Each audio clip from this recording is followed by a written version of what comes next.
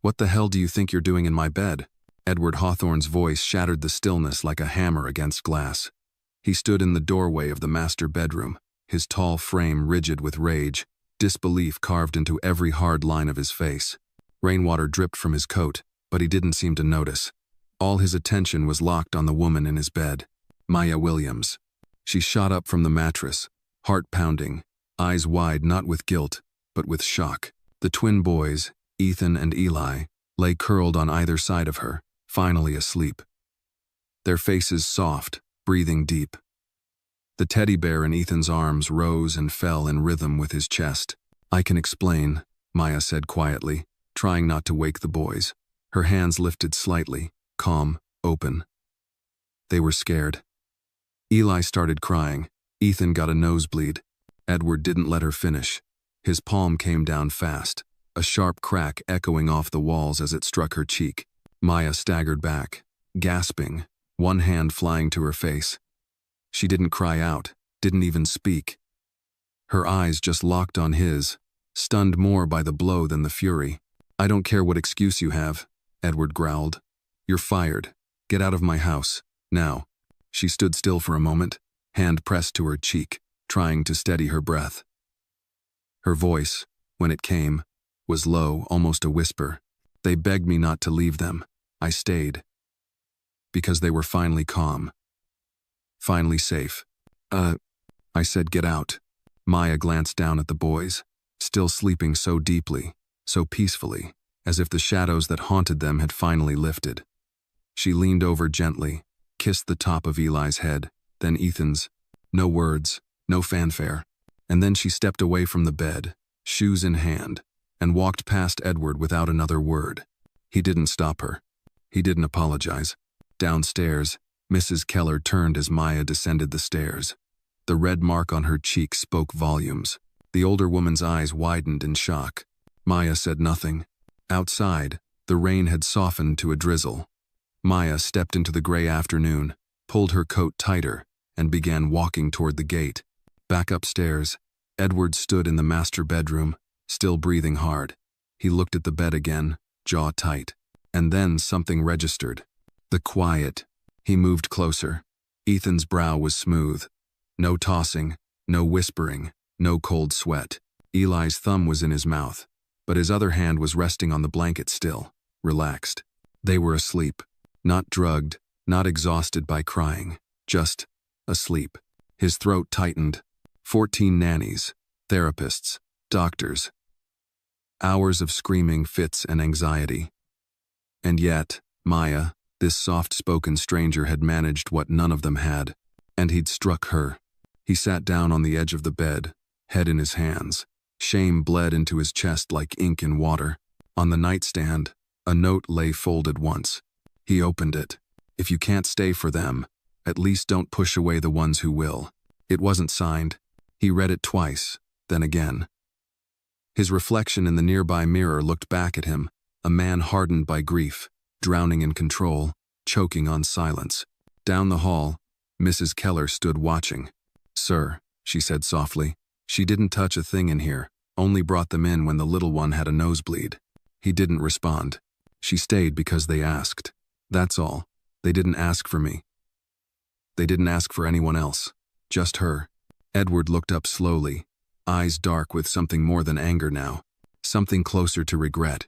Outside, the gate creaked closed, and for the first time in months, the Hawthorne house was silent, not with grief or rage, but something else. Peace.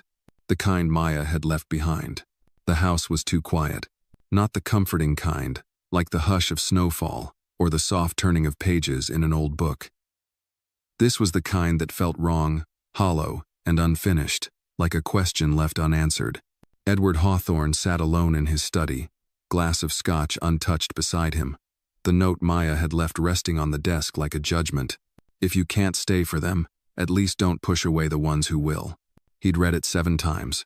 Outside, dusk spread over the estate like a heavy quilt, and the wind pressed softly against the windows. Inside, the twins still slept, oblivious to the storm they'd just slept through, oblivious to the fact that the one person they'd allowed into their fragile world was gone. Edward leaned back in his leather chair and rubbed his temples. His hand stung faintly, the ghost of the slap he'd delivered still etched into his skin. He hadn't planned it. It wasn't who he believed he was, and yet it had happened. A moment of misjudged fury, born from grief and 1,000 quiet failures. He had hit a woman, and not just any woman. He stood suddenly and made his way upstairs. The hallway outside the boys' bedroom smelled faintly of lavender and warm cotton. A small wooden stool sat against the wall. Maya's sketchbook was on top, closed neatly, as if she'd left it there on purpose. He picked it up. Inside were simple drawings, rough, untrained, but full of heart. 2 boys holding hands beneath a tree. A tall house with too many windows. A figure sitting between the boys, arms stretched out like wings. A short caption beneath. "The one who stays." He exhaled slowly. In the nursery, Eli stirred. Edward peeked inside. The boy rolled over but didn't wake. No nightmares, no tears. He closed the door softly. Downstairs, Mrs. Keller was folding napkins when Edward entered the kitchen. She looked up and froze. Something in his expression told her to put the linen aside. "She's gone," he said simply. "I know," she replied. "I made a mistake," he said almost to himself. Mrs. Keller raised her eyebrows, but her voice stayed neutral. "You don't say." "She was in my bed." "She was in your room," Keller corrected. "Because the boys wouldn't sleep anywhere else. You weren't here." "I was. I heard them cry, beg for her." She calmed them. He pressed his lips together. "I know what you thought," she said gently. "But you weren't thinking." Silence stretched between them. He looked at the chair where Maya had sat during lunch only yesterday. It felt like weeks ago. "I need to find her," he said. Mrs. Keller didn't argue. "Start with the return address on her letter." "Georgia." He nodded, already heading toward the hall. Across town, Maya sat alone on a bench outside the train station. Her cheeks still throbbed beneath the cold. She hadn't cried. Not when he yelled, not when he hit her, not even when she walked past the front gates with nothing but her bag and the ache of unfinished work in her chest. But now, with her coat wrapped tight and her fingers wrapped around a lukewarm cup of vending machine coffee, tears finally welled. She wiped them quickly. Not because she was ashamed, but because crying in public was a habit she'd spent years unlearning. A woman nearby watched her for a moment, then offered a tissue without a word. Maya smiled in thanks and looked up at the night sky. It was funny, in a cruel way. She had survived worse than a slap. She'd endured being abandoned by a foster family at age 11, losing her own son to illness, being told over and over that she was too soft to handle hard cases. But that house, those boys, they had reached something inside her she hadn't touched in years. What do you think of Maya? If you believe she's someone truly special, give her a like to show your support. And don't forget to share where you're watching this video from. Who knows, someone right near you might be watching it too. The train pulled in with a long sigh of brakes and metal. She stood slowly, not sure if she'd board. Her ticket was in her coat pocket. Destination, Savannah. But her heart was still upstairs in a white house in Greenwich, where 2 boys were finally learning to sleep. She sat back down. The next morning, Edward stood in his son's room with a tray of breakfast, scrambled eggs, toast with strawberry jam, a small bowl of cut fruit. He hadn't done this before, not once since their mother died. Eli sat up groggily. "Where's Miss Maya?" Edward hesitated. Ethan sat up too. "Is she gone?" Edward nodded. "She had to leave." "Why?" Ellie's voice cracked. "She didn't do anything bad," Ethan said, eyes narrowing. "She helped us. You saw. We were good." Edward knelt beside the bed, placing the tray on the nightstand. "It wasn't your fault. It was mine." Eli looked at him hard. "Did you yell at her?" Edward didn't lie. "Yes." "Did you hit her?" Ethan's voice was low. Edward's throat tightened. He nodded once. Both boys turned away. He stayed there, kneeling on the carpet, for a long time. "I'll fix it," he said finally. "I'll bring her back." They didn't respond, but they heard him. Later that day, Maya boarded a local bus, not a train, and headed to the nearby shelter where she used to volunteer. She needed space, perspective, somewhere to remember that the world was bigger than one house, even one that held her heart. She taught a writing class that afternoon to a group of teen girls, many of them runaways. She told them stories not about Edward or his children, but about choosing to stay when others walk away, about knowing your worth, even when others don't. When she left the shelter, there was a note stuck in the spokes of her bike. It wasn't from Edward, but it said, "They asked for you, both of them." Maya looked up at the sky, now streaked with orange, and this time, she smiled. Edward Hawthorne didn't knock. He stepped into the old community center just as the sun was beginning its descent behind the trees, casting long golden shadows across the gymnasium floor. The sound of his polished shoes on linoleum was out of place here, like a cello in a punk rock band. But he didn't flinch. He scanned the room, spotting Maya at the far end, crouched beside a whiteboard, erasing crooked letters from a lesson. Around her, teenage girls gathered in a loose circle, laughing, joking, their notebooks sprawled on the floor. Maya laughed with them, her voice lighter than he remembered, not free of pain but unburdened, for a moment. He didn't realize how tightly he'd been holding his breath until she looked up and saw him. The laughter died, not because anyone told it to, but because something in Maya's posture shifted like a curtain drawn mid-performance. She stood. He walked forward, his hands empty, no briefcase, no apology letter, just the weight of what he had done. "I need to talk to you," he said. The girls looked at him warily, one of them stepping slightly in front of Maya. "It's okay," Maya said gently, and the girl relaxed. Edward glanced at the whiteboard. A single sentence had been written across the top. "Your voice has value, even when it shakes." He turned to Maya. "May I?" She nodded, leading him outside to the bench by the bus stop, the same one she'd sat on the day before, coffee in hand, tears hidden in the corners of her eyes. "I was wrong," he said immediately. "I judged you. I reacted without listening, and I put my hands on you. That's something I will regret for the rest of my life." Maya said nothing. "I saw you in my space, in my bed," he continued, "and I let fear speak louder than truth. That wasn't just unfair. It was cruel." You didn't believe me," she said. Her voice wasn't angry, just tired. "Even after your sons trusted me." "I know," he said. She looked away. "You don't get to walk back into my life because you finally realized I was telling the truth." "I'm not here to clear my name," he said. "I'm here because they asked for you, not a nanny, you." Maya's eyes softened. "How are they?" "Quiet," he admitted. "Too quiet." She nodded slowly. "That's not peace. That's a wound closing over without healing." He looked down, hands clasped between his knees. "I want to fix this." "You can't fix it," she said. "But you can start with acknowledging that what your sons need isn't control, it's connection." He exhaled. "Come back." She didn't answer right away. Instead, she asked, "If I say yes, will I still be staff?" He hesitated. "Number you'll be. You'll have whatever title you want. Advisor, mentor, partner." She raised an eyebrow. "Partner?" "In their care," he clarified, though the word lingered heavier than he intended. Maya considered it.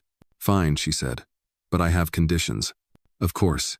First, no cameras in the children's rooms." He blinked. "There are none." "There were," she said. "Last month. One nanny told me." He frowned. "They were meant for safety. They teach the kids that privacy isn't theirs to keep." He nodded once. "Second," she continued, "they eat dinner at the table. With you. No phones. No business." He hesitated, but nodded again.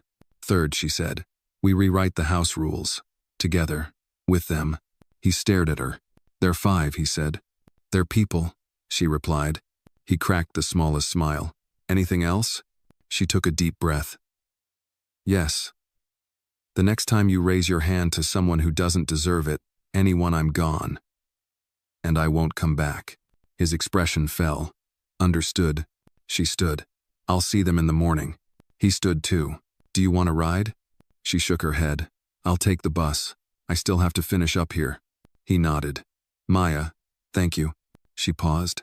"Don't thank me yet. We're starting over, Mr. Hawthorne, and this time, I'm not walking on eggshells." She turned and walked back into the building, the whiteboard waiting for her return. Edward stood at the curb, watching her go. That night, he cleared the dinner table himself. He called his sons downstairs. He sat between them with a bowl of spaghetti and awkwardly tried to tell a bedtime story, getting the names wrong, the voices too stiff. They laughed at him not unkindly, just honestly. And upstairs, in their freshly made beds, Ethan whispered to Eli, "She's coming back." "How do you know?" Eli asked. "Because she said goodbye," Ethan replied, pulling the blanket over his head. "Nobody else ever does."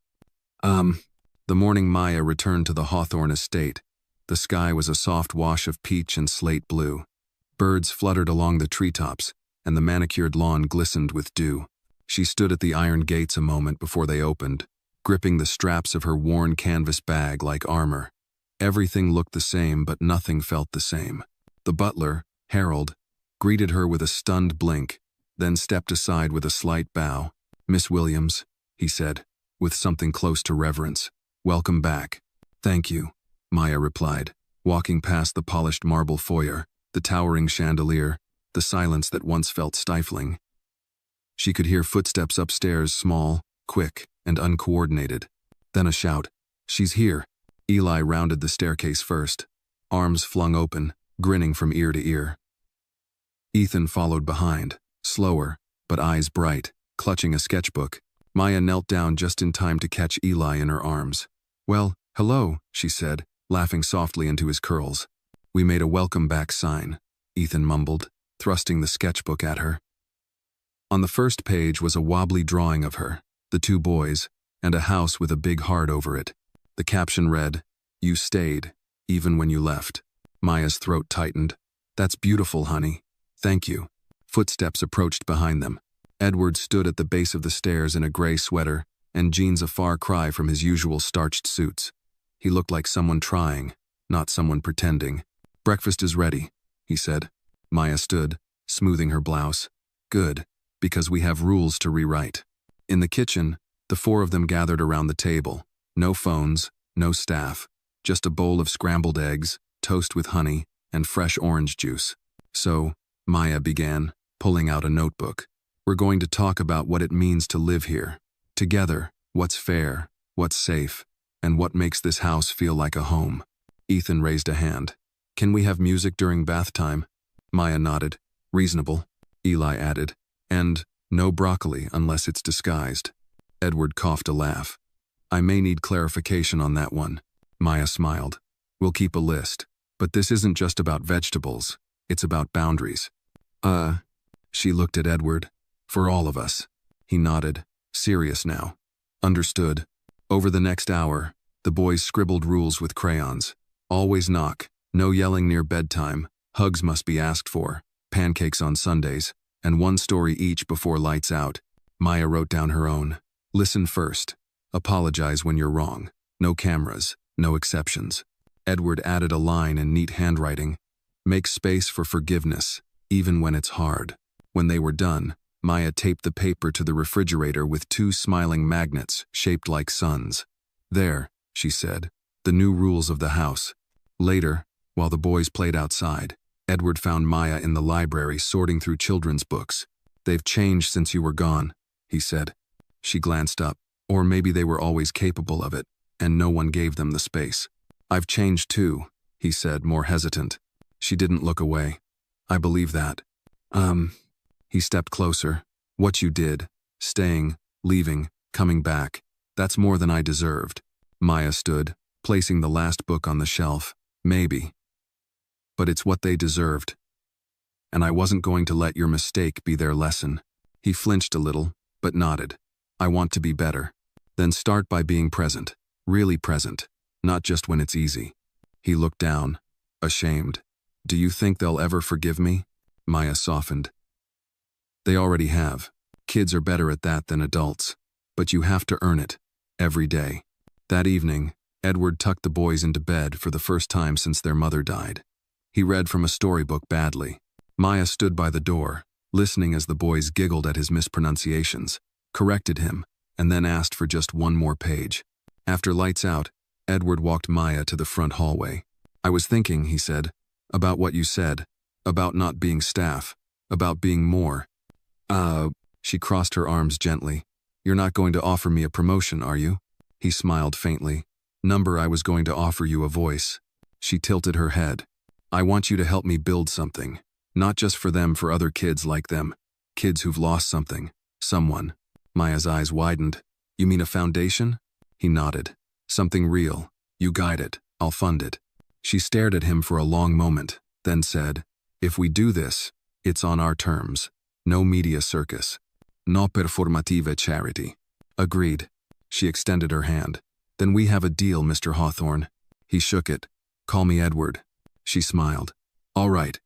Edward. That night, as she walked to the guest room, her own space, no longer just a temporary bed, she paused outside the boys' room. From within, a whisper. She came back, Eli said. I told you, Ethan replied.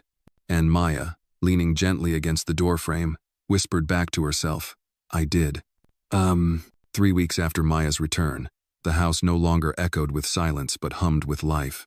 Breakfasts were louder, bath times messier, and the boys, once withdrawn and brittle, had begun to bloom like wildflowers freed from winter. The rules on the refrigerator were slightly worn at the edges from eager fingers pointing at them daily. And Edward, ever the stoic patriarch, found himself folding tiny socks and learning how to braid hair badly. But not everything changed at the same pace. Late one Friday night, well after the boys had fallen asleep and the staff had gone to bed, Maya wandered the halls. She often did this when the weight of memory pressed too hard against her chest. The quiet helped her think, helped her breathe. But this night, something was off. The library door was slightly ajar. Light spilled through the crack in a thin line. She pushed it open gently. Edward was there, seated at the desk, shoulders slumped forward, his phone in one hand, a half-empty glass of scotch in the other. He didn't notice her at first. Bad news? She asked softly. He flinched slightly, then glanced up. Maya, sorry, I didn't hear you. You're 3 inches from the bourbon. I figured something was wrong. He set the glass down, cleared his throat. Just reading an email. She waited. Finally, he turned the screen so she could see. The subject line read, Custody hearing. Notice of motion. Maya blinked. Custody hearing? For the boys? He nodded, jaw tight. Rebecca's parents, the Hollingsworths. They've filed for temporary guardianship, claiming I'm unfit. On what grounds? He scoffed. Bitter, neglect, emotional instability, domestic incident. Maya's face darkened. They found out about what happened. About me. Apparently, he muttered, they've been watching, waiting. Now that the boys are starting to open up, now that we've finally got some stability, they want to rip it away. She sat down across from him. Have they ever been involved in the boys' lives? Not since the funeral, he said. They blamed me for Rebecca's depression. They said I buried her too quickly, that I kept the boys from grieving properly. Maybe they weren't entirely wrong. Maya was quiet for a long moment.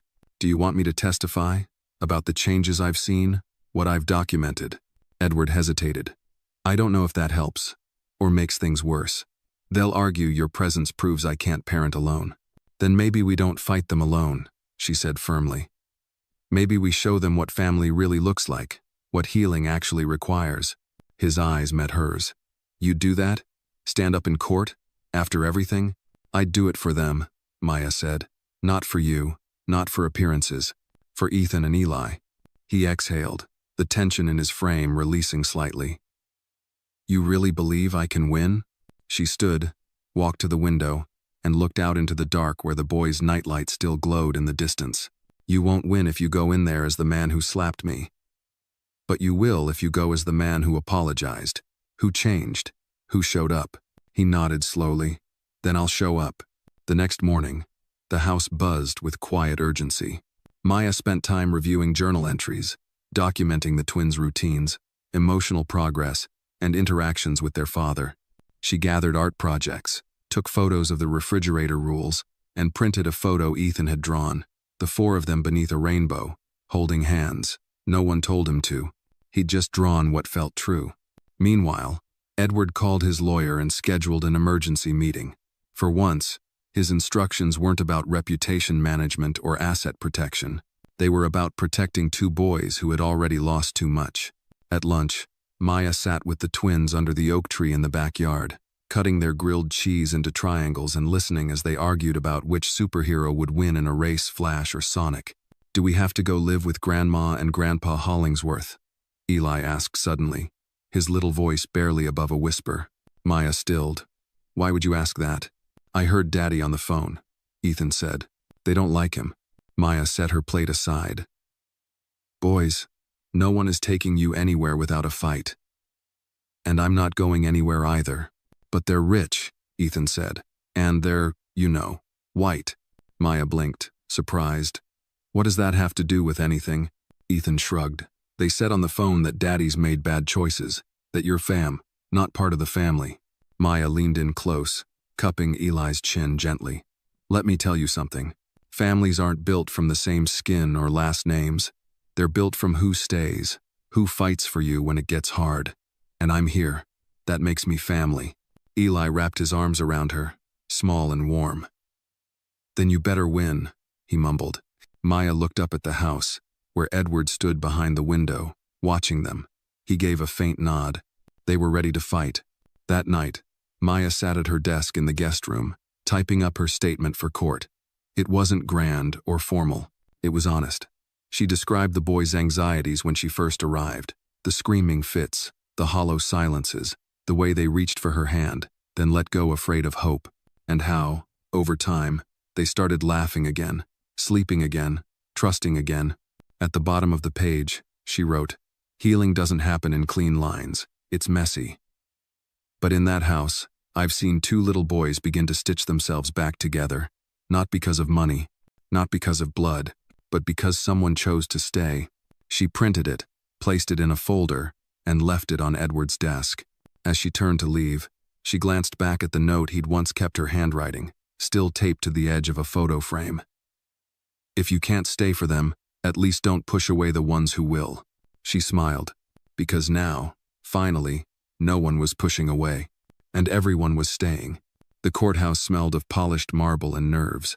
Its grand columns loomed like silent judges, the morning sun pouring through tall windows and golden shafts.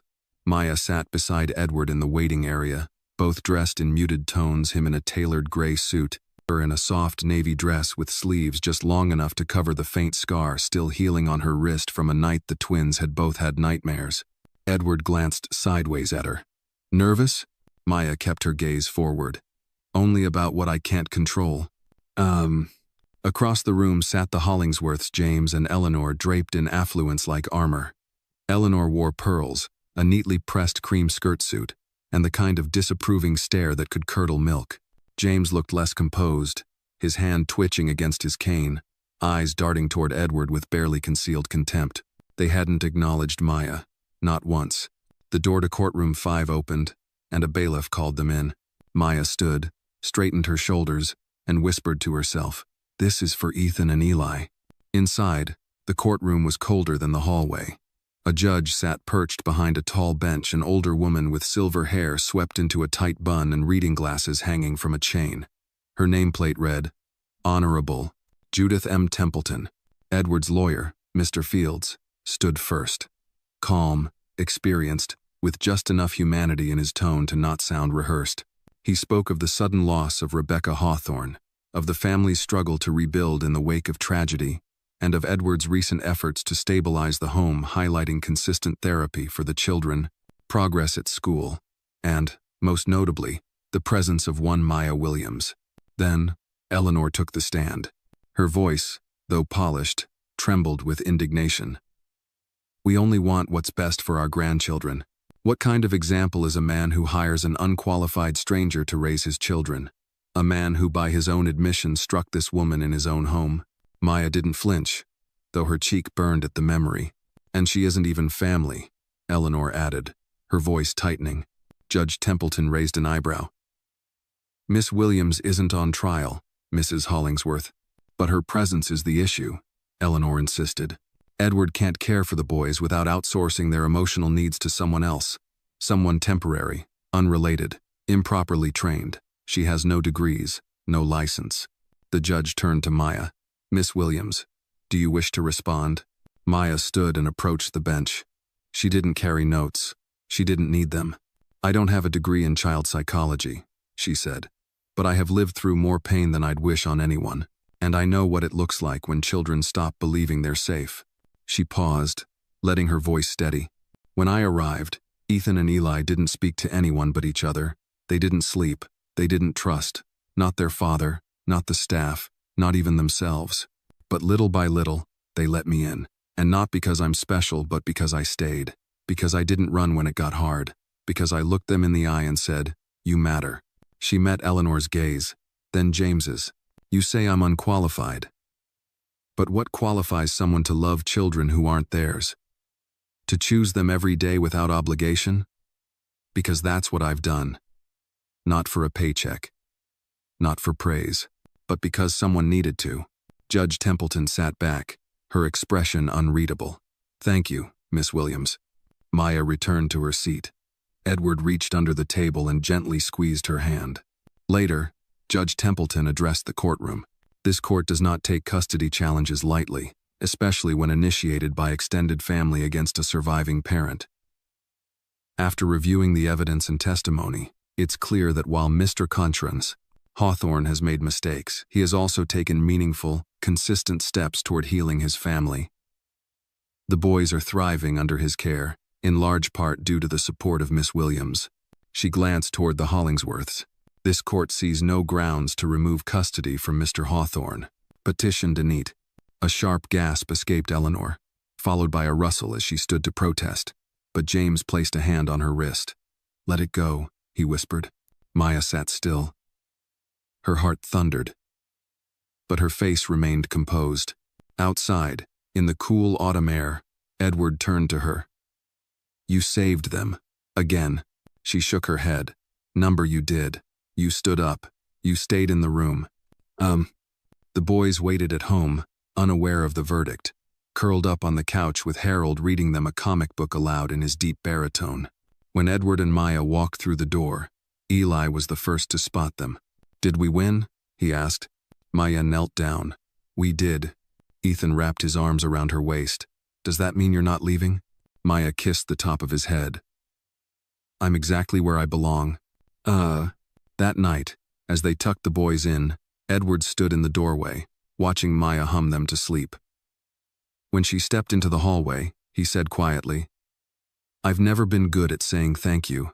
"Then don't," she replied. "Just keep showing up." He nodded, eyes softer than she'd seen before. "Tomorrow," he said, "we begin building that foundation. I already have architects scheduled." She smiled. "And the name?" He paused. "The Hawthorne Williams Center for Healing." Maya blinked, caught off guard. "That's a lot." "It's true," he said. "You built it with us." She looked past him to the room where the boys now slept without fear. Maybe, just maybe, this wasn't the end of something. It was the beginning. The first board meeting of the Hawthorne Williams Center for Healing was held not in a glass-walled high-rise or a formal ballroom, but in the sunroom of the Hawthorne estate. The furniture was mismatched, the coffee slightly burnt, and one of the twins had left a crayon drawing taped to the window a lopsided tree with words above it in a child's hand. Home. Maya sat at the head of the table, fingers laced around a ceramic mug, her expression steady but alert. Edward was to her left, in jeans and a button-up, sleeves rolled. He didn't try to dominate the room. He simply listened, taking notes in a leather-bound pad, occasionally tapping a pencil in thought. Across from them sat three prospective partners: Dr. Angela Monroe, a retired child therapist; Joseph Kim, an outreach coordinator from a local foster program; and Lionel Pierce, a tech investor and one of Edward's oldest if not most skeptical friends. "So let me get this straight," Lionel said, pushing up his wireframe glasses. "You want to build a space for children who've been through trauma, but it's not a clinic, not a shelter, not a school, and not adoption-focused?" Maya nodded. "Correct. It's a third place, a sanctuary, a bridge between where they are and where they want to be." Angela leaned forward, intrigued. "Who staffs it?" "People like me," Maya said. "Not just credentialed experts. Survivors, mentors, adults who've lived through the fire and can teach others how to walk through it." Joseph scribbled something in his notebook. "And how do you plan to handle funding, oversight, liability?" Edward cut in gently. "We'll handle the logistics. Maya will lead the heart." Lionel blinked. "And the name stays?" Maya smiled. "Yes, it stays." By the end of the hour, Angela had agreed to join as clinical advisor. Joseph offered his connections with local agencies, and Lionel, after a long sigh and one muttered, "This is either brilliant or doomed," agreed to fund the first 6 months of programming. When the others left, Maya stayed behind to clean up. Edward stood at the doorway, watching her. "You handled that like a seasoned executive," he said. "I taught middle schoolers for 3 years," she replied, smirking.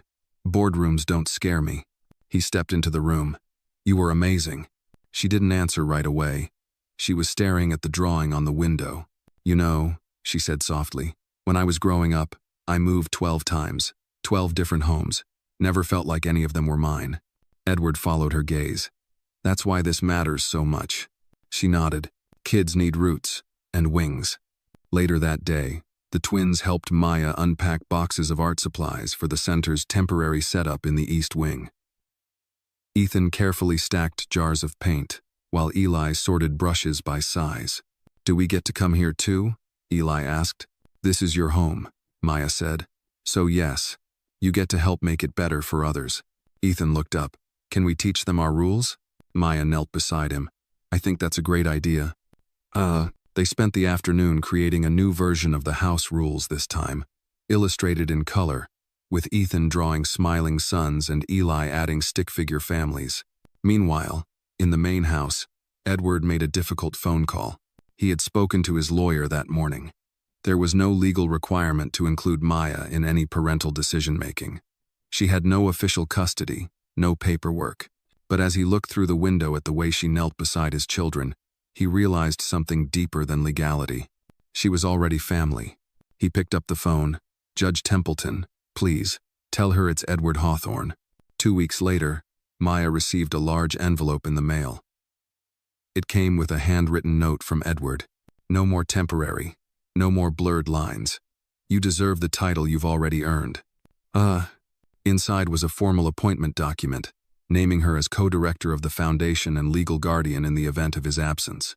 Attached was a notarized petition, Edward requesting shared guardianship of the twins, with Maya as co-signer. Maya read it 3 times before her hands began to shake. She hadn't asked for it. She hadn't even imagined it. But somehow, it was exactly what she'd always wanted without knowing. That night, she sat with Edward on the back porch, the boys asleep upstairs, a fire crackling gently in the outdoor hearth. "You didn't have to do this," she said quietly.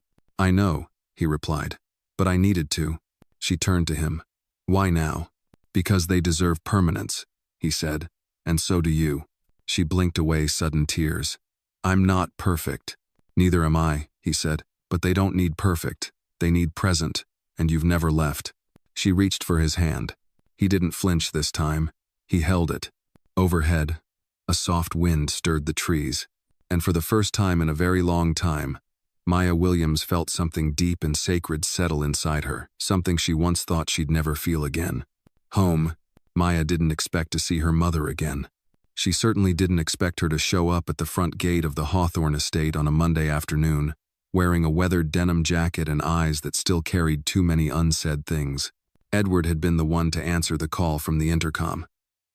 "There's a woman here. Says she's your mother." Lorraine Williams. Maya froze. She was in the middle of sorting educational materials for the center's upcoming open house posters, name tags, laminated behavior charts, and suddenly her hands felt too heavy to move. "She's here?" Maya asked, her voice barely audible. Edward nodded slowly. "I can send her away." Maya stared at the stack of flashcards in her hands. Trust, forgive, safe.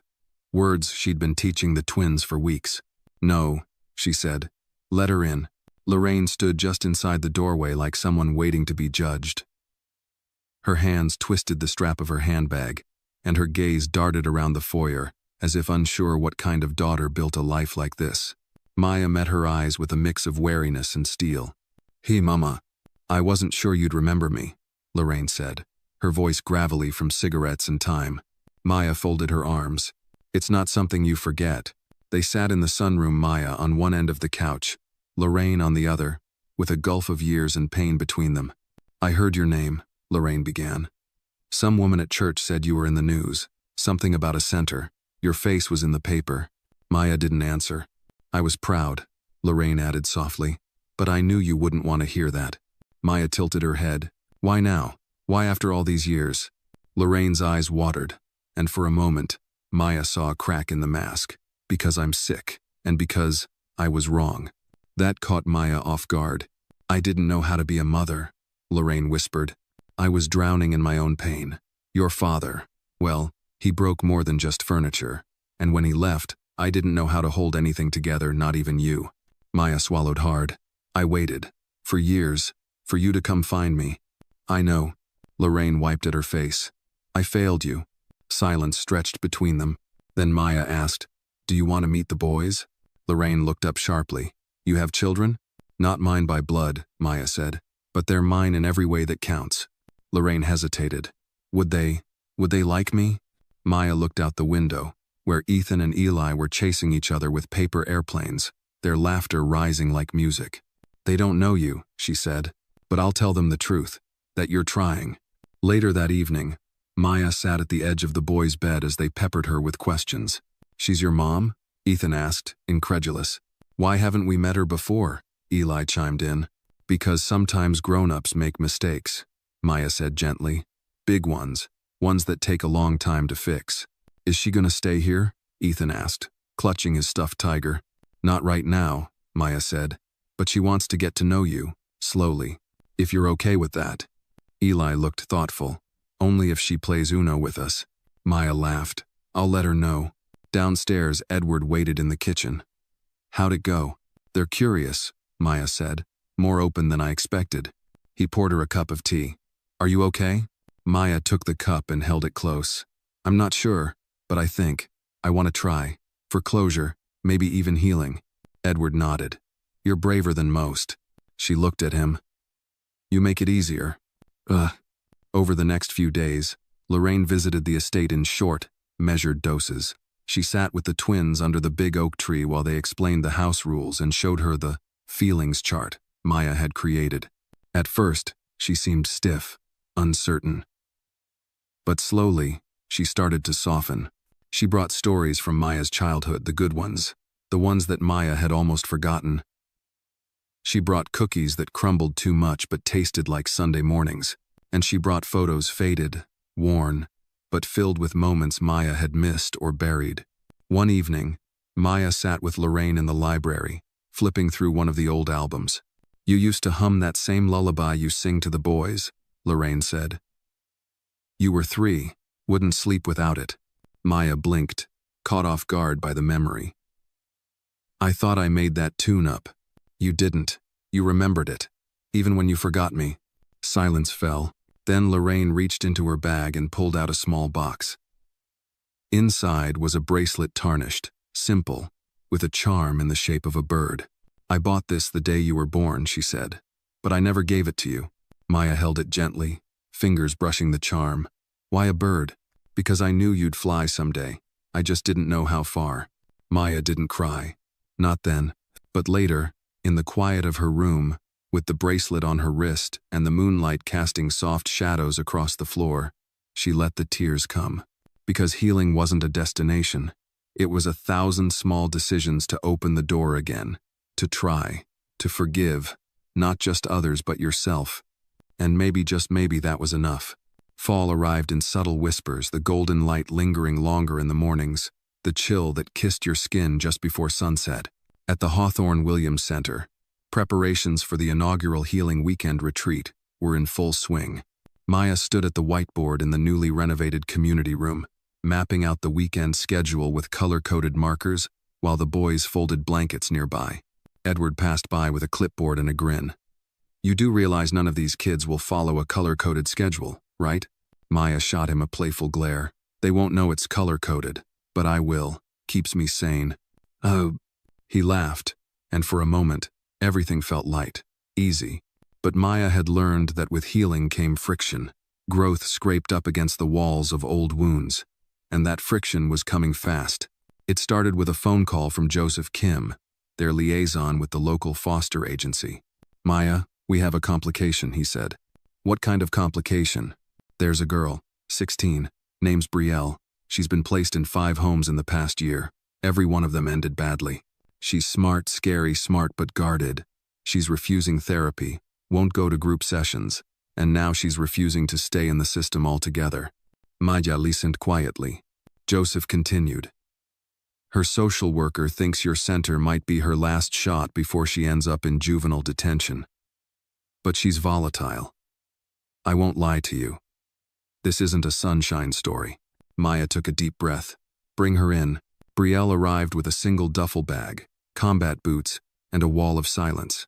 Her hair was dyed a defiant shade of cobalt blue, and her arms were folded tight across her chest like a shield.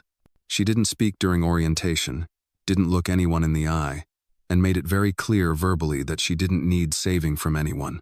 Eli, who'd been cautiously observing from the doorway, whispered to Ethan, "She looks like she could beat up Spider-Man."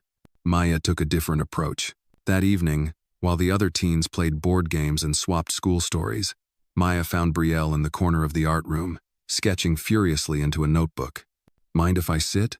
Brielle shrugged without looking up. "Free country." Maya sat quietly. "What are you drawing?" "People." Maya tilted her head. "Anyone I'd know?" "No one you'd understand." There was no bitterness in her tone, just distance. Maya nodded. "Fair enough." They sat in silence for several minutes. Maya didn't push. Instead, she pulled a notepad from her own bag and started sketching beside her. Her lines weren't as sharp, her shading clumsy. But the act of drawing, the act of sitting with Brielle as an equal spoke louder than any counseling session. Eventually, Brielle asked, "Why are you even doing this? This? Or this center?" "All of it." Maya paused. "Because I used to be the kid no one knew what to do with, and someone chose to see me anyway." Brielle glanced at her for the first time. Just a flicker, but enough. "You get one shot," Brielle said quietly. "I know." Over the next few days, Brielle didn't transform into a model resident, but she stopped cursing during mealtime. She joined in a group hike, though she walked at the back. And on the third night, she laughed an accidental burst of joy during a card game with Ethan and Edward.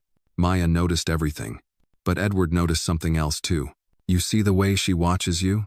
he said one evening as they folded linens in the storage room. "She's suspicious," Maya replied. "She's attached," Edward said. "Already, and that's dangerous." Maya set down the towel in her hands.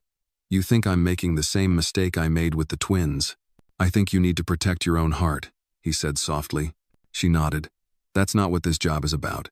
"I know," Edward said, "but if you give too much, and she leaves." She won't leave." He looked at her. "They always leave, Maya. You said that once. Remember?"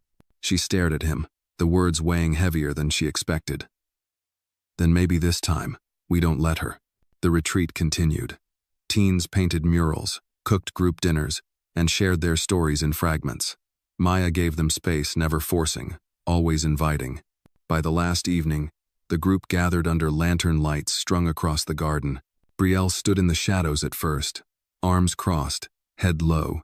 But when Maya spoke, telling her own story of sleeping in strangers' homes, of being told she was too much or too angry to be loved, Brielle stepped closer. "You talk too much," she muttered under her breath. Maya smiled. "So I've been told." Then Brielle said, quietly, "I used to draw birds. Before. When things were better." Maya turned toward her. "You still can." That night, after lights out, Brielle knocked on Maya's door. I don't want to go back," she said, her voice cracking. "To the group home, or anywhere else. This place, it doesn't feel fake." Maya stepped forward and placed a hand on her shoulder. "Then stay. Let's find a way to make this home." Brielle nodded, wiping her eyes with the sleeve of her hoodie. As she turned to leave, Maya whispered, "You're not too much. You're just right. And we see you." That was all Brielle needed. Sometimes, healing didn't come in thunderclaps or epiphanies. Sometimes, it came in quiet promises whispered through open doors. It started with a headline, just a blip in the corner of a local online paper, but enough to send a shiver down Maya's spine. "Local Millionaire's foster program under scrutiny. Allegations of improper staffing, oversight loopholes." The article was thin on details, but thick with implication. Anonymous sources, concerns raised, children at risk. It painted the Hawthorne, Williams Center as a well-intentioned, poorly managed operation, suggesting that Maya was unlicensed and unqualified, and hinting that Edward used his wealth to bypass regulations. Edward was furious. Maya was silent. She read the article again and again, her fingers gripping the tablet so hard the screen dimmed from pressure. "This is a smear job," Edward growled. "Someone's trying to sink us." Someone who knows we're making progress," Maya said quietly. The next day, Joseph called. "Maya, I'm getting calls from the agency. They're asking if you're operating with certified trauma counselors. If your background checks are current. This isn't just gossip, it's turning into a formal investigation." Maya closed her eyes. "How bad?" "Bad enough they're talking about pulling kids out of the center. Even Brielle." That hit harder than she expected. "No," she said firmly. "They can't take her. She's only just beginning to trust." Joseph sighed. "You need to fight this, Maya. But quietly. Don't make it worse by going public. Just shore up your defenses. Fast." She hung up and went straight to Edward. "They're coming for us," she said. "And if we don't get ahead of it, they'll take the kids, the funding, everything." Edward leaned forward. "We'll bring in outside consultants, auditors. I'll get Monroe to review every policy. But Maya, this is a hit job. It's personnel. Someone who knows us," Maya said. "Knows the structure, the timeline." Edward's jaw clenched. "You think it's the Hollingsworths?" "No," Maya said. "They wouldn't play quiet like this. This feels closer." Later that night, as rain lashed against the windows, Maya sat in the center's office, going through personnel files, trying to find a weak link, a mistake, something they missed. Then she saw it. Brielle's intake form. One signature was slightly off. The social worker listed wasn't the one Joseph had assigned. The paper had been scanned through an older printer, from an agency they hadn't worked with in over a year. Maya's heart dropped. Someone had forged the paperwork. She dialed Joseph immediately. "This is going to sound crazy, but I think someone tampered with Brielle's file." Joseph pulled up the records on his end. "Wait, yeah, this isn't our file. Where did this come from?" "I don't know," Maya said, her voice tight. "But someone planted it." Joseph was silent for a moment. Then, "You need to get ahead of this. Now." The next morning, Maya called an emergency board meeting. Angela, Lionel, Joseph, and Edward sat at the long table, tension thick in the air. She laid the forged document on the table. "This is the weapon they're using against us," she said. "And we need to disarm it." Angela frowned. "This is serious. If an audit reveals a forged placement, they'll shut us down on grounds of negligence even if we didn't know." Joseph leaned back, frustrated. "Someone slipped this in. They're targeting Brielle because she's the easiest to discredit. If they can claim we failed her, they can unravel the entire center." Edward stood. "Then we don't give them the chance. We go to the press first. Tell the story ourselves." Lionel raised an eyebrow. "You want to publicize a forgery? That's risky." Maya shook her head. "Not just the forgery, the truth. We tell them who Brielle is, why she came here, what she's become." Angela looked at her. "You'd be putting her at the center of a media storm." "I'll ask her first," Maya said. "She gets to choose." That evening, Maya found Brielle in the art room, painting a massive canvas, a bird breaking free of tangled ropes. "Can I talk to you?" Maya asked. Brielle kept painting. "They're trying to send me back, aren't they?" "Yes." Brielle didn't stop. "You gonna let them?" Maya stepped closer. "Not without a fight, but we need your help."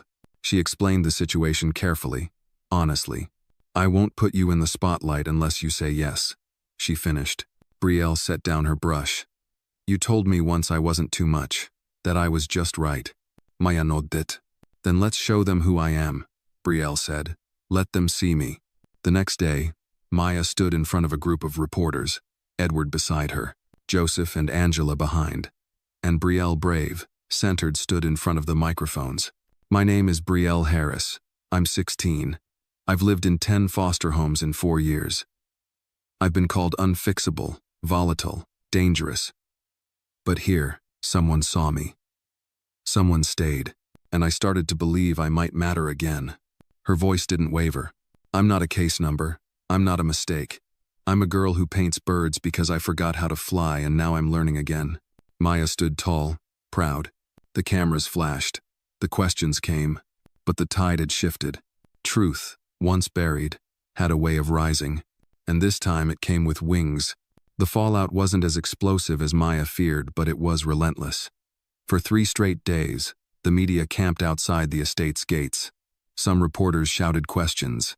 Others just stood there, cameras pointed, hoping to catch an image of the girl who'd cracked open the story no one wanted to tell. Brielle didn't flinch. If anything, she grew stronger. The center released her artwork as part of their statement, a gallery of resilience. Her bird painting was shared across social media, a symbol of second chances. Her voice in the press conference echoed far beyond the local community, reaching state-level organizations. Emails poured in survivors, supporters, skeptics, and believers. But not everyone was kind. An anonymous blogger posted Brielle's juvenile record. Another called Maya a well-meaning fraud. A national columnist wrote, "Charity cannot replace training," questioning Edward's decision to entrust children's futures to empathy without structure. Maya absorbed it all in silence, until one morning, a letter arrived, handwritten, no return address. Inside was a single line, "You saved my daughter when I couldn't, thank you." It was unsigned, but it was enough. At breakfast, the boys were giggling over their cereal, arguing whether orange juice belonged in pancakes. Maya poured her coffee, smiled, and thought, "This is worth it." Even the fire. Across the table, Edward folded the newspaper and met her eyes. "You're holding up." "I have to," she said. "Not just for them," he added. "For you." She hesitated, then nodded. "For me too." That day, they held a staff meeting. Every counselor, mentor, volunteer. Maya stood at the front of the room, holding the weight of the past few weeks in her chest. "I won't pretend this hasn't shaken us," she said. "But I won't apologize for our mission. We didn't build this center to look good. We built it because kids fall through cracks, and we decided to stand in those cracks and catch them." The room was quiet. Then Angela stood. "We're with you." One by one, the team nodded, some murmuring, always, "Yes, we stay." That night, Maya walked the halls of the center alone. The walls were lined with drawings, quotes from the kids, a few photographs of family dinners. She stopped in front of one, Ethan and Eli, arms around Brielle, all 3 laughing. Home, captured in a frame. In the east wing, she found Brielle working late on a new mural, a city skyline with windows glowing gold. "You're still here," Maya said gently. Brielle shrugged, wiping her hands on a rag. "Can't sleep." "You okay?" Brielle paused. "Yeah. Just thinking about what happens next. People think because I stood in front of cameras, I'm fine now. But I still get mad for no reason. I still don't trust people easy. She trailed off. Maya sat beside her. "You don't have to be finished to be free." They sat in silence. The only sound, the faint hum of distant crickets. Then Brielle said, "You think I could ever, I don't know, speak at schools? Talk to other kids like me?" Maya smiled. "You just did. And yes, you're more than capable." Brielle grinned, a flash of pride beneath her guarded expression. "Then I want to. I want to be the person I needed back then." The next morning, a call came from a representative of the state's Child Welfare Committee. "We've been reviewing the Hawthorne-Williams model," the voice said. "It's unconventional, but it's working. We'd like to meet, possibly replicate it elsewhere." Maya sat frozen. "You're saying, you want to expand?" "We're saying," the voice replied, "we want to learn." After she hung up, she stared out the window for a long moment, her thoughts spinning. It was bigger than her now. Later that week, Maya, Edward, and Brielle sat with the boys under the oak tree. The air smelled like cinnamon and dry leaves. Ethan was reading aloud from a children's book, pausing every few sentences to let Eli make up alternate endings. Brielle listened with a quiet smile. "I want to write a book someday," Eli said suddenly, "about kids who fight bad guys." Maya ruffled his hair. "Start with the truth. That's always the best story." Edward leaned back against the trunk, his hand brushing lightly against Maya's. She didn't move away. The sun dipped lower, casting golden lines through the branches. They were all different. Broken, reassembled, stitched together with shared pain and rebuilt hope. But they were whole, not because they'd erased the cracks, but because they'd filled them with gold. Kintsugi. Maya had read about it once. The Japanese art of repairing broken pottery with gold lacquer, celebrating the history. not hiding it. That's what they were doing. And maybe, just maybe, that's what healing was. A choice. Every day. To stay. Maya didn't recognize the man at first. He was tall, gaunt, dressed in a cheap tan blazer, and stood by the community center's front desk like he didn't know whether he belonged or wanted to leave. His face was partially obscured by a baseball cap, but something about his posture, nervous, yet familiar, stirred something buried deep in her chest. Angela was the one who waved Maya over. "He says he's here to speak with you." Didn't give a name. Maya approached cautiously. "Can I help you?" The man looked up, and just like that, 20 years collapsed. "Maya," he said, voice weathered, uncertain. "It's me, your father." Time stopped. She heard it first in her ears, a rush of blood, a thrum of disbelief, and then in her chest, a cold stillness. "You don't get to say my name," she said, voice low. I know," he replied quickly, taking off his cap. His hair was gray now, his eyes bloodshot. "I shouldn't be here. I saw the press conference. I saw you. And Maya, I had to come." She stood frozen. People moved behind her. Kids laughed in the playroom. A counselor called out directions for a trust-building activity. The world kept spinning. But inside her, something cracked.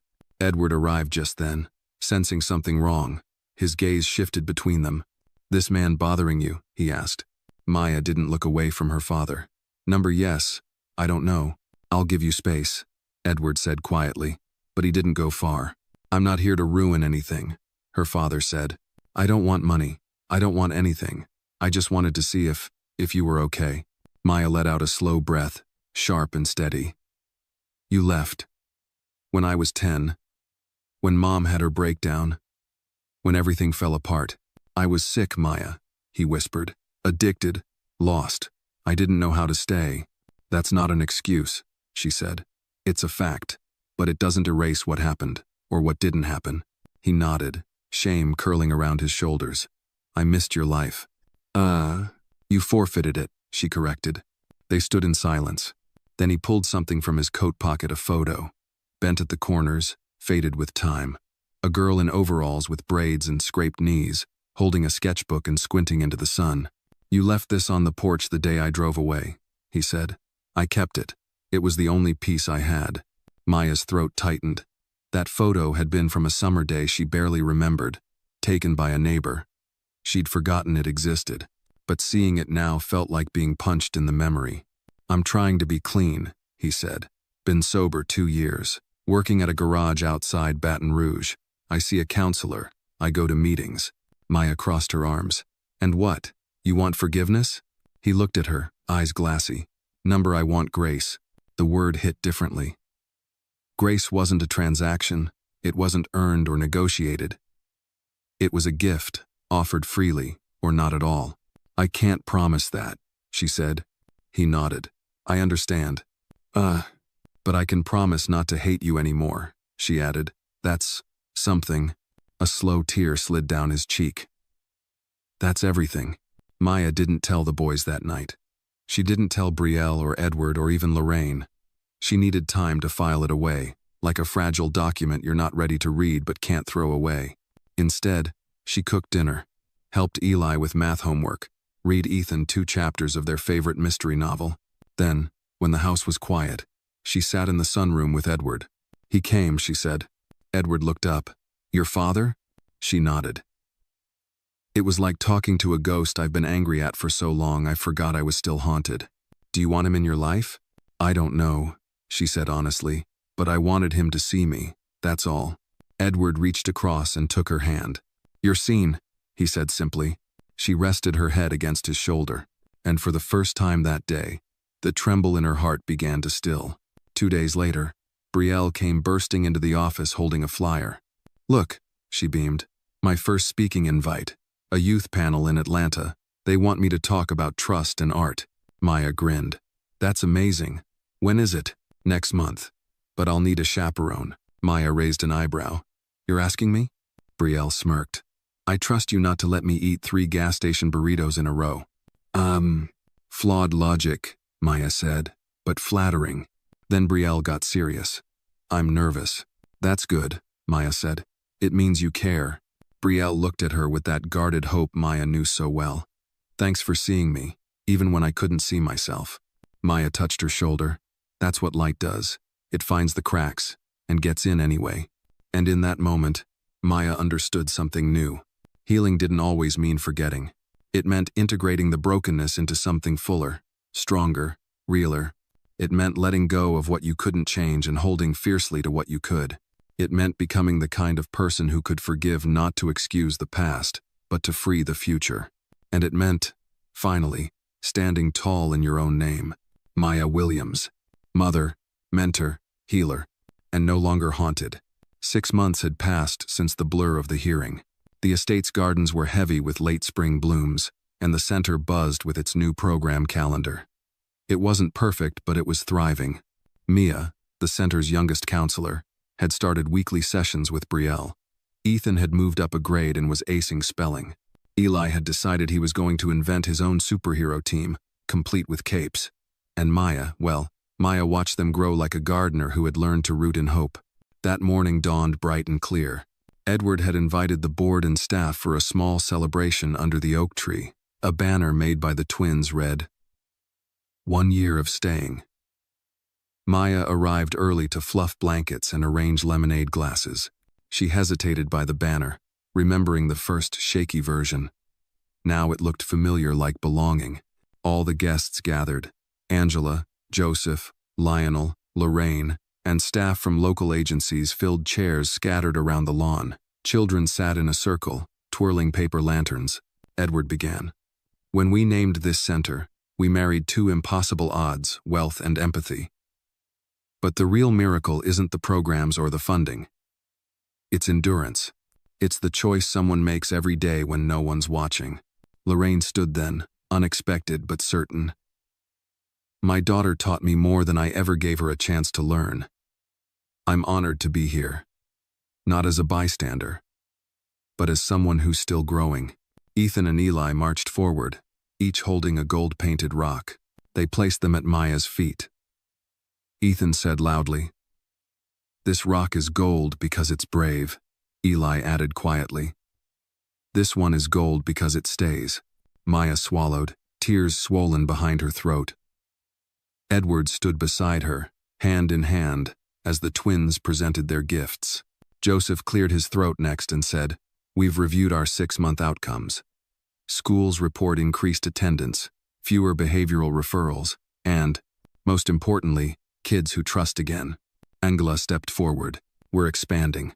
2 more sites." With Maya at the helm, Lionel raised his glass. "Here's to the woman who didn't ask to be part of a family. She built one anyway." Maya blinked and gripped Edward's hand. He squeezed hers in return. As the crowd began to mingle, Brielle approached Maya with her sketchbook in hand. Inside was a new drawing. 4 golden trees, each different, each leaning in toward the center like they held up something greater together. Beneath, her handwriting, "This is what growing looks like." Maya kissed her cheek and whispered, "Yes, baby, exactly." Late afternoon sun cast long shadows as the crowd thinned out. The twins ran off to play tag. Lorraine lingered beside Maya under the oak. "I'm proud," Lorraine said softly, glancing at the stone towers the twins had built. Maya nodded. "Proud is different than forgiven, but you're here." Lorraine reached for her hand. "And I want to keep showing up." Maya l'était. She leaned in and rested her head on Lorraine's shoulder. Edward found them and draped his arm around both women. "Let's plant something together. New flower bed, maybe roses." Maya's lips curved. "Only if we promised to tend to it every week." He laughed. "Deal." That evening, Europa Edwards' butler brought them all lemonade refills. The laughter of children drifted across the lawn. The faint scent of jasmine settled as dusk folded over the estate. Later, when the headlights had cleared the driveway and the center was quiet again, Edward found Maya in the sunroom, sketching new rules with Ethan labeled community rules now: trust, kindness, bravery, presence. He closed the door. "I wanted to ask, would you marry me?" She looked up, stunned. Not because of what it was, but because he said it now, softly, in a way that wasn't a proposal. It was a promise. She didn't answer at first. She closed her sketchbook and pressed it to her chest. Then she said, "Yes, but only if you know I'm not perfect." He brushed her hair out of her face. Neither am I, but we're better at growing together. And outside, the wind rustled through the oak tree, as if congratulating them with ancient approval, because healing had become inheritance, family built not by blood, but by 1,000 everyday actions wrapped in gold. And in that moment, Maya Williams felt rooted and flying, all at once. Spring had fully arrived by the time the Hawthorne Williams Center opened its second location in Bridgeport. The unveiling ceremony was quiet, purposeful. Children from the center in Greenwich stood beside Maya and Edward, holding signs they'd painted. Hope grows here, second chances live, too. Neighbors lined the sidewalk. Cameras flashed gently, and bees hummed among newly planted daisies in recycled tins.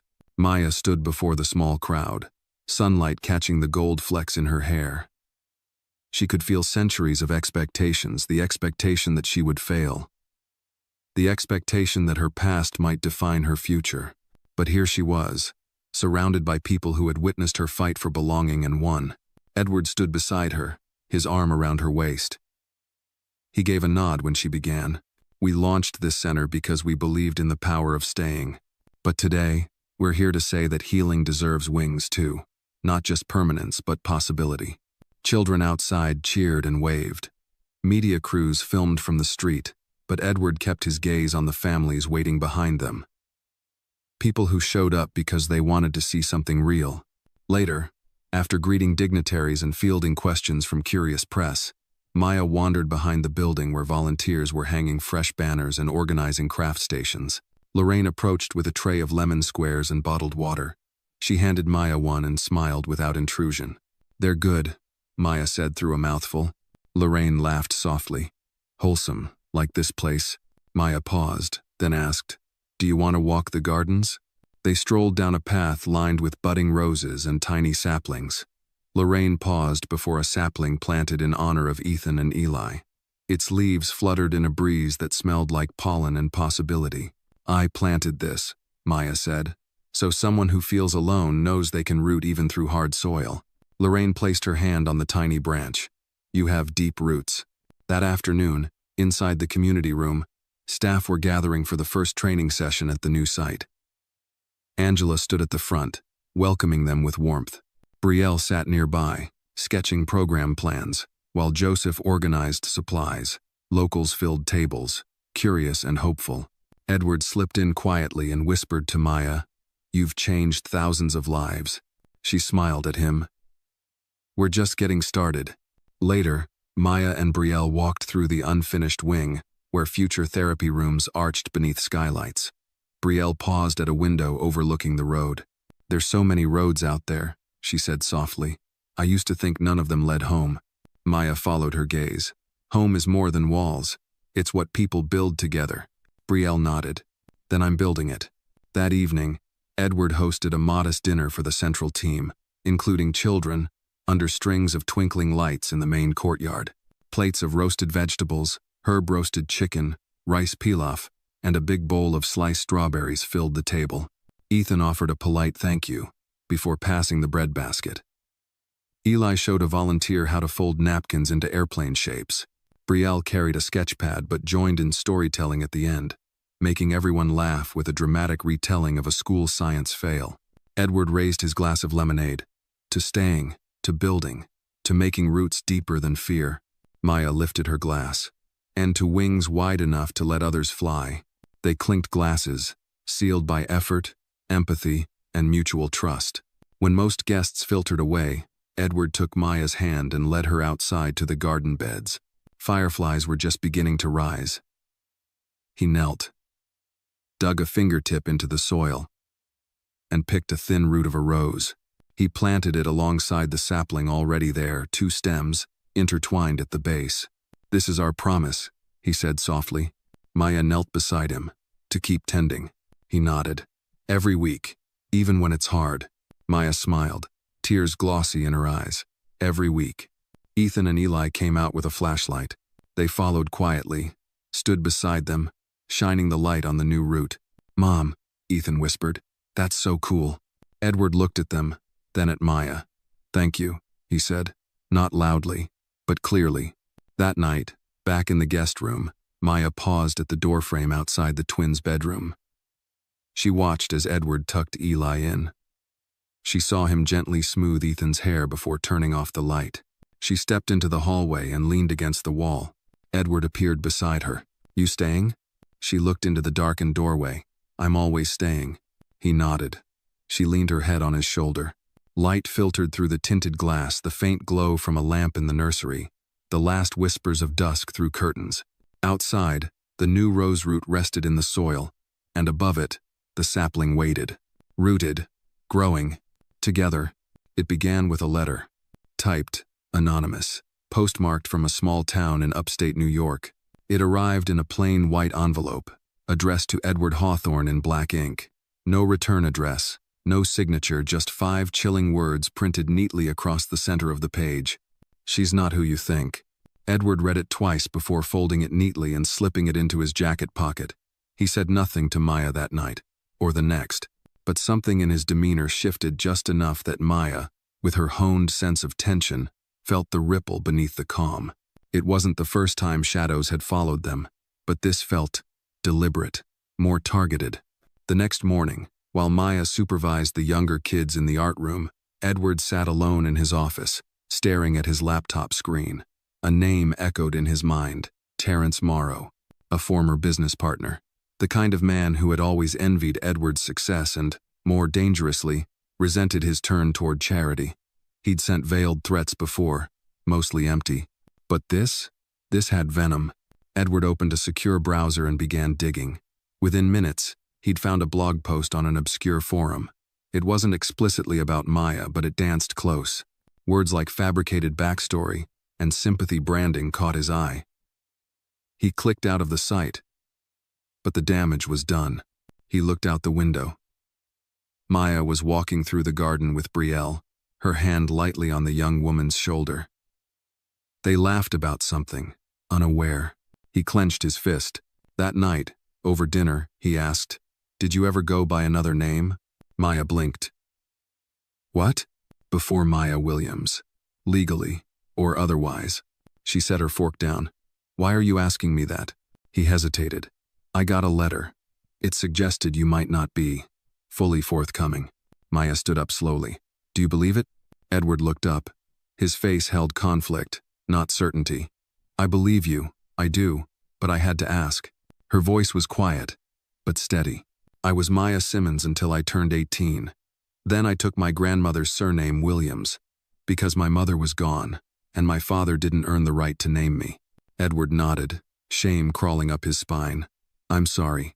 I'm not ashamed of who I was," Maya continued, "but I am angry that someone thinks they can weaponize my past." Later, she found Brielle in the old art room. She handed her a copy of the letter. Brielle read it. "Someone scared." "Of what?" Maya asked. "Of what we've built." The next day, a news story aired. Local. Short. A talking head speculating about background checks and donor scrutiny. They flashed Maya's face on the screen. Words like mysterious rise and guardian of troubled youth. Maya turned off the television. She didn't flinch, but she didn't sleep that night either. Edward reached for her hand in bed. "I'll call the lawyers. We'll handle it." She nodded. "We always knew this could happen, but it's not fair. Number, but it's familiar." 3 days later, Maya stood before the full staff. Cameras had been barred. This was family. "I won't spend energy justifying my worth," she said, "but I will protect this space. If they come for me, let them. But they don't get to tear down what we've built." Angela stood. "Let us handle the press. You handle the mission." Joseph raised his hand. "We'll double security." Brielle walked up and handed Maya a photo, a drawing, really. It showed Maya holding a lantern in a dark hallway, with small hands reaching for her from the shadows. "Keep walking," Brielle said. "We're right behind you." That night, Maya walked the halls of the original center alone. She stopped at each door, remembering the children, the crises, the triumphs, her own fears. She reached the front steps just as Edward pulled up in his car. He stepped out, held up a folder. "Background checks, old records, everything you've ever submitted. It's clean." She raised an eyebrow. "You doubted that?" He shook his head. I just needed to prove to the world what I already knew. She stepped toward him. And what do you know, Edward Hawthorne? That your past makes you powerful, not dangerous. They stood on the porch together, silent. The wind stirred the banner hanging by the entrance. It read, "Hope lives here." Maya looked at it, then at Edward. Let's remind them why. Inside, the center's lights glowed into the evening like a beacon, unshaken, unapologetic. And in that moment, Maya understood. Storms don't always come to destroy. Sometimes, they clear the air for something even stronger. Winter's first snow fell softly over the Hawthorne estate, frosting the branches and muting the world. The blanket of white transformed familiar paths into fresh canvases. Maya watched from her upstairs window, a steaming mug in hand, listening to the hush. She drew comfort in the silence tonight. The recent smear campaign had quieted official investigations, found no wrongdoing. Donors reaffirmed commitments, and local media coverage turned from suspicion to admiration. Yet something unresolved glimmered beneath the festive lights already strung around the oak tree. Cold air carried the memory of threats. Maya wondered whether peace was earned or merely granted this season. She descended the stairs and found Edward in the living room, unpacking holiday cards. On the mantel were framed photographs, migraine-wasted laughter, art wall explosions, children in capes. Each one reminded him why they'd endured storms. He looked up. "Thought you might help seal envelopes." Maya smiled and settled next to him. He handed her a card from Ethan and Eli, stick-figure parents, 3 trees labeled Hope, 2 sons, and 2 smiling scribbles, "We love you." Maya felt something burst behind her chest, less fragile this time. Something resolute. She drew a deep breath. Edward reached across the coffee table and brushed her hand. "How are you, really?" Maya stared at the card. She felt the edges of doubt flutter. But the past had taught her this. Honoring scars made them sacred, not weak. "I've been thinking," she said quietly, "about the letter, about the storms." Edward nodded gently. Maya continued, "I might not want to erase the record. I want to mark it." He glanced at her, curious. "Let's create a space in the center," she said. A gallery dedicated not just to happy stories, but to the shadows, to wounds, to survival. Where people can submit something they're proud they overcame. Edward raised an eyebrow. "Like a hall of resilience?" Maya's eyes lit. "Yes, not hidden, but honored." He nodded. "I can fund that. We can design it together." Over the next week, Maya worked with Brielle and community volunteers to gather pieces, drawings, written notes, artworks brought by teens who had once stood where Brielle had stood. One painting depicted a masked figure with cracks of gold leaking from within. Another was a poem typed on crumpled paper. "I learned to stand again after I thought standing was a sin." On opening day, they cleared a wing in the Greenwich Center. Volunteers hung the displays between warm string lights. Soft instrumental music played. Naomi, one of the teens formerly in foster care, shared her essay, "My Left Arm is My Story." Families, staff, champions, and local press arrived. The room glowed with hushed reverence. Edward stepped forward to speak. He said, "This space is our declaration that trauma will not silence people, it will testify. That wounds, when spoken, become pathways, not prisons." Someone asked the twins to speak. They looked at each other uncertainly. Eli stepped forward. "We drew these stones," he said, holding a small container. Ethan added, "They were gold inside, but cracked, so we painted them gold again." Maya nodded, voice thick. "That's what kintsugi does. It celebrates the cracks. It reminds us that broken isn't less. It's art." Applause rippled through the room. Afterwards, Maya found Brielle by the window. She looked small but braver than ever. "I want to add something of mine," Brielle whispered. "A journal. From right after I came." Maya hugged her. "Thank you." Nearby, Lorraine and Edward stood holding hands. Maya slipped into between them. Lorraine brushed a snowflake from Maya's hair. "This is beautiful." Maya smiled. "Because it holds the truth," Edward added. "And because you're not afraid of truth." That evening, around the dinner table, the family laughed over board games and burnt gingerbread. Edward chased Eli around the oak tree with a flashlight. Ethan read aloud from an old mystery novel. Brigadier Joliffe having coffee with Miss Marple. Maya watched them, the boy who once cried at midnight, the boy who refused to eat peas and felt the weight of the seasons behind them. She'd walked through storms, questioned her belonging, faced accusations. But this was the place she'd built with her broken hands and heart, not perfect, but real. After the boys were asleep, Edward found Maya once more by the fire. He slid an envelope across the coffee table. Inside was a small slip of paper. Invitation. Speaker at the state's Trauma-Informed Youth Conference, Brielle Harris. Maya's eyes flicked to the empty chair beside her. She knew who it implied. Edward offered gently, "Would you share the stage with her?" She paused, thought of storms and light, coming and staying. She turned to him and nodded. "Of course." He smiled, relief coiling like warmth through his chest. They leaned into each other. Outside the window, snow drifted steadily, soft persistence. Inside, the fire crackled, and Maya felt it in her bones. Healing was not forgetting the storms. It was starting again in gold. Spring unfurled across Connecticut like a promise on the edge of bloom. At the state's Trauma-Informed Youth Conference in Hartford, a large hall buzzed with anticipation. Government officials, social workers, counselors, teachers, and youth from across the state gathered to hear stories not only of trauma but of transformation. Maya and Brielle sat side by side on a low wooden stage in front of folding chairs and bright lights. Behind them, a giant screen displayed a golden bird breaking free from shadowed bars, the mural Brielle had painted months earlier. When they took their seats, the audience leaned forward. Edward and Ethan sat in the front row, Ethan clutching his new sketchbook, page open to a drawing of 4 figures holding hands beneath a sunrise. The moderator introduced them. Maya Williams, co-founder of the Hawthorne Williams Center, and Brielle Harris, formerly in foster care. Their story is one of resilience, loyalty, and the power of being seen. They began by recounting the early days, Brielle's entry into the center, her distrust, her refusal of therapy. Mia, seated off to the side, looked on with moist eyes. A few other teens nodded in recognition. Then Brielle took over.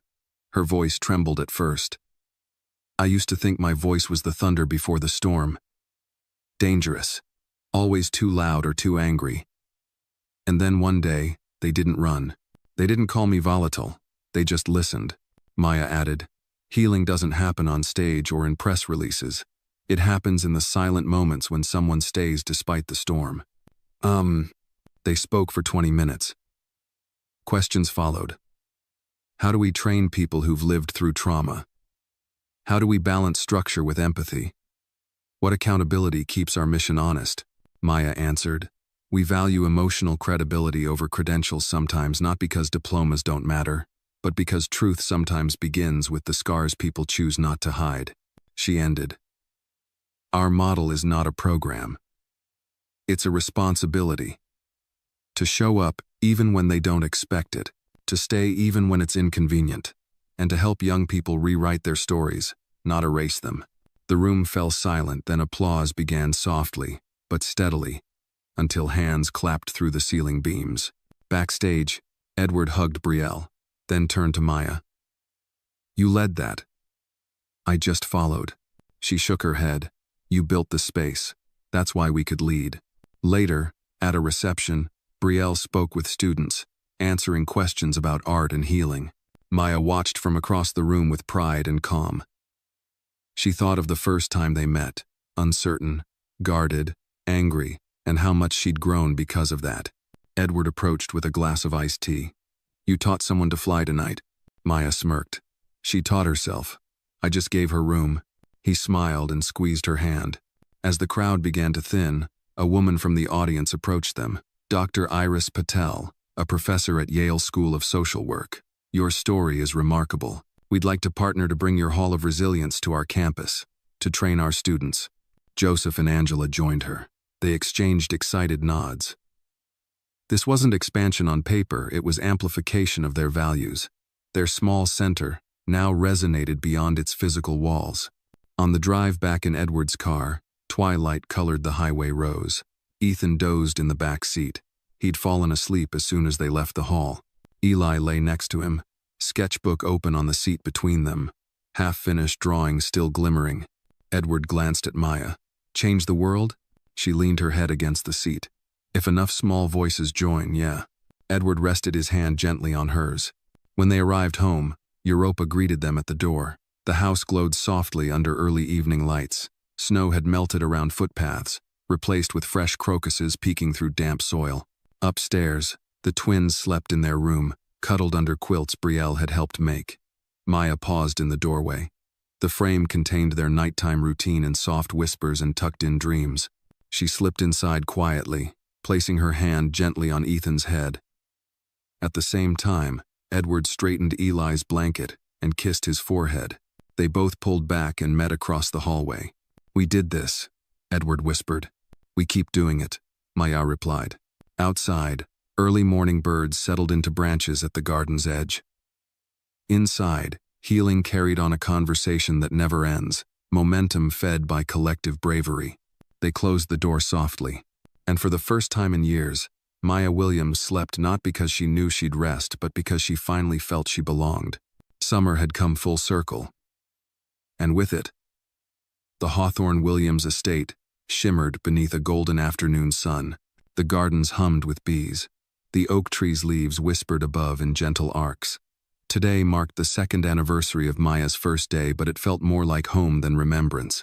Inside the sunroom, children placed framed art upon a long wooden bench.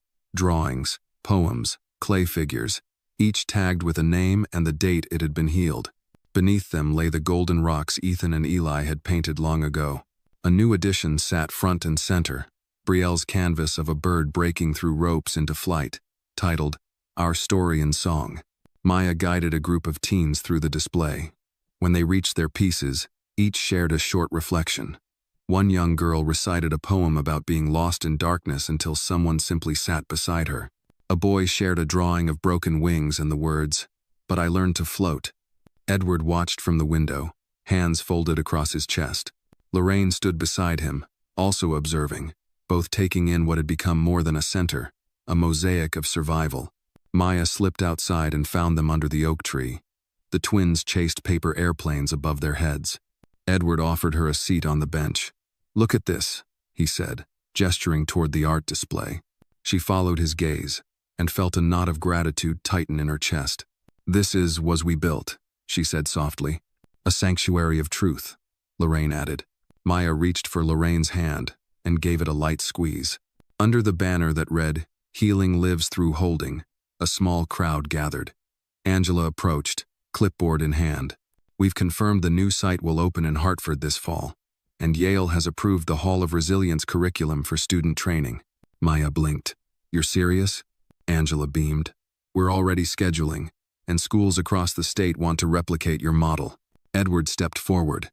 "Which means we need more mentoring staff. Would you be interested in leading that, Maya?" She exhaled and let her eyes rest on the twins, spinning closer toward her. "I'd love to," she said, "but only if we keep our values intact. No shortcuts, no compromises." He nodded. "Exactly." Ethan and Eli paused and ran back. Ethan climbed onto Maya's lap and clung tight. Eli pressed his head into her side. Lorraine watched them and smiled through tears. "You changed everything." Maya covered Ethan's small head with a hand. "They changed me." Edward watched in silence. The late afternoon light softened. A car pulled up at the drive. Teresa, a former foster youth and now intern at the center, hopped out and dashed over. She carried 2 bicycles tied with ribbons. "Gifts," she declared, "for you and Ethan, from the teens." Ethan hopped off Maya's lap, eyes wide. Edward and Teresa wrestled with the bikes while Eli cheered. When they were ready, Ethan took the smaller pink bike, Maya the yellow one. She lifted him onto his seat, adjusted the helmet with careful tenderness, then swung herself onto her bike. They pedaled slowly through the estate's paths. Edward held Eli's hand. The leaves overhead filtered late-day sun, until light danced through them like confetti. Lorraine trailed behind with Brielle and Teresa. It felt grand, ordinary, sacred. At the garden's edge, they stopped to admire the rose root and sapling nestled side by side. They'd grown stronger. Thickened bark, new branches, buds ready to bloom again. The twins climbed off and raced ahead to chase butterflies. Edward and Maya shared a look. "You think the storms are over?" he asked. She let the moment linger. I don't know, but we've built something storms can't wash away. He kissed her softly. Then whatever comes, we're ready. They helped with dinner later. Grilled fish, vegetables from the garden, fresh bread still warm. The table was full. Staff, children, families, volunteers.